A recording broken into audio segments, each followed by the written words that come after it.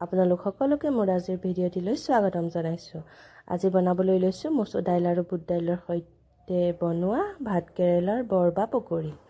আহকচোন মইনো ভাত কেৰেলাৰ বৰ কেনেকৈ বনাইছো ভিডিঅ'টোৰ মাজলৈ যাওঁ। এয়া মই প্ৰথমতে লৈ লৈছো কুমলীয়া ভাত কেৰেলা 4টা।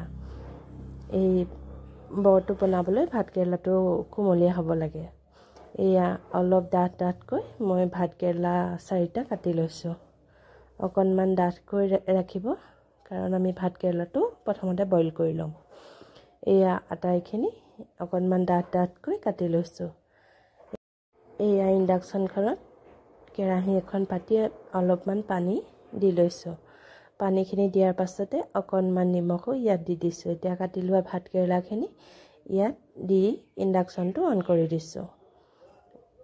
এনেদৰে প্ৰায় 5 মিনিটমান উতল অহাৰ পাছত প্ৰায় 80% আমাৰ ভাত কেৰেলাখিনি সিজি যোৱাৰ পাছতে ভাত কেৰেলাখিনি কাঢ়ি ৰাখিছো। এয়া এতিয়া আমাৰ ভাত কেৰেলাখিনি প্ৰায় 80% সিজি গৈছে, দেখিছেনে?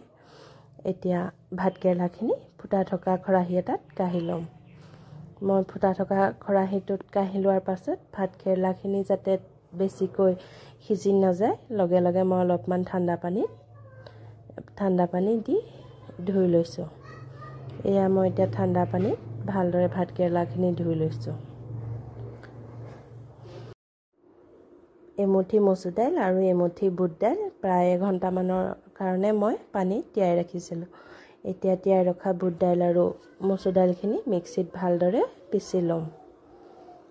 দাইলখিনি মিক্সিৰ বাতিটোত দিয়াৰ পাছত অলপমান পানী দি মিক্সিত ভালদৰে পিচি ল'ম।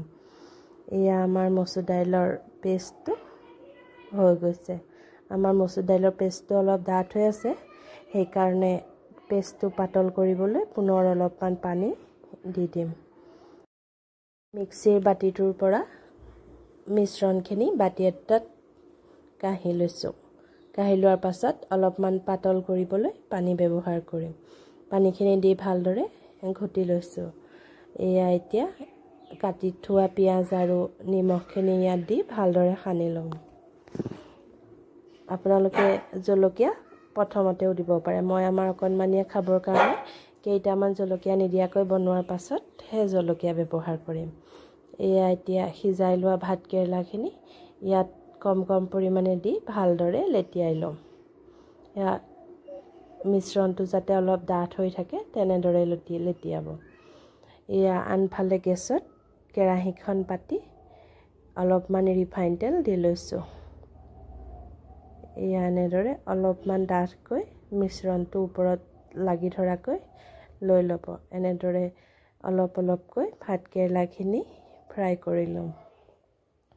মই প্ৰথমতে জলকীয়া নিদিয়া ভাত কেৰেলাৰ বৰখিনি বনাই লৈছোঁ। এয়া এতিয়া মই কাটি লোৱা জলকীয়াখিনি এতিয়াহে দিছোঁ। জলকীয়াখিনি দিয়াৰ পাছত পুনৰ মিশ্ৰণটো ভালদৰে সানি ল'ম। এয়া এতিয়া আটাইখিনি ভাত কেৰেলা কম পৰিমাণে দি ভাজি ল'ম। এই বৰটো বনাবলৈ বেছি টাইম নালাগে, খাবলৈ কিন্তু বৰ সোৱাদ লগা হয়। যদি বনাই খোৱা নাই এবাৰ বনাই খাই চাব। এয়া আমাৰ ভাত কেৰেলাৰ বৰখিনি প্ৰায় হৈ গৈছে।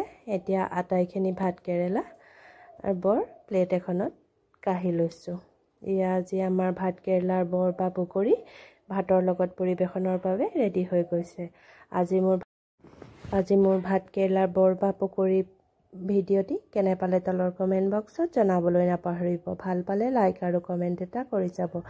পুনৰ আন এটা ভিডিঅ'ত লগ পোৱাৰ আশাৰে আজিলৈ আহিছোঁ। ধন্যবাদ।